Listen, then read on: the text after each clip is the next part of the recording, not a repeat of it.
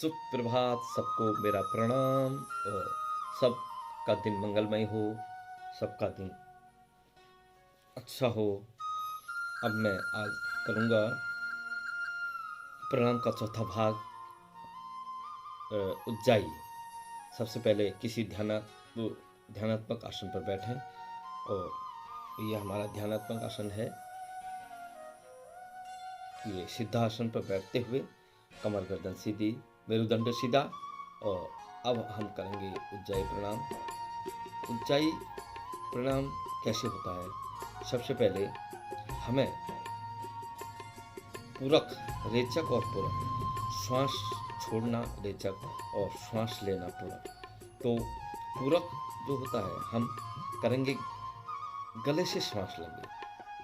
पहले तो हम नासिका से श्वास लेते थे, अब गले से श्वास घर्षण के संग, जीभ को तालवे से लगा के घर्षण के संग गले से श्वास लेंगे और आवाज़ गले से आए, खराटे जैसी आवाज़ निकालें।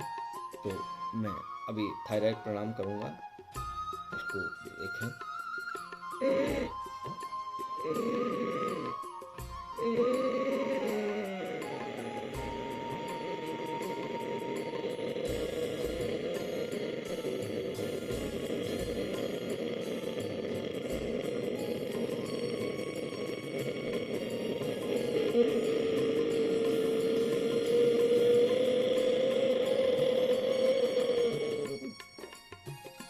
सांस रोकें, अंदर ही कुंभक करें।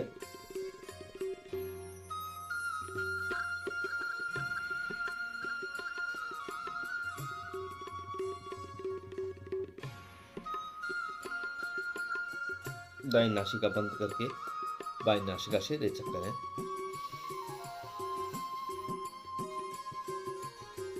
ध्यान रहे, जितना समय आपका श्वास लेने में लगे उतना ही समय आप श्वास को अंदर कुंभक करें, रोकें और फिर धीरे धीरे दाईं नासिका से रेचक करें। बाईं नासिका से रेचक करें, दाईं नासिका बंद करके।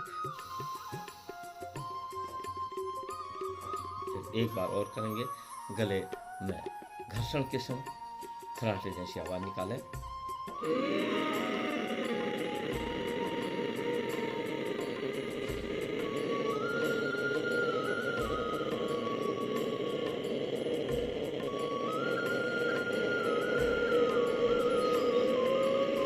ऐसे ही 2 से 3 और 3 से 5 बार तक आवृत्ति कर सकते हैं।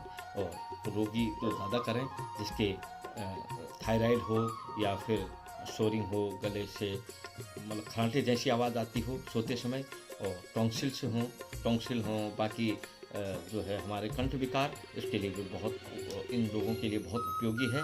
इसको रोज़ करें। और जो गायकों के लिए भी बहुत उपयोगी प्रणाम है, और इससे आवाज़ जो है सुरीली होती है, मधुर होती है।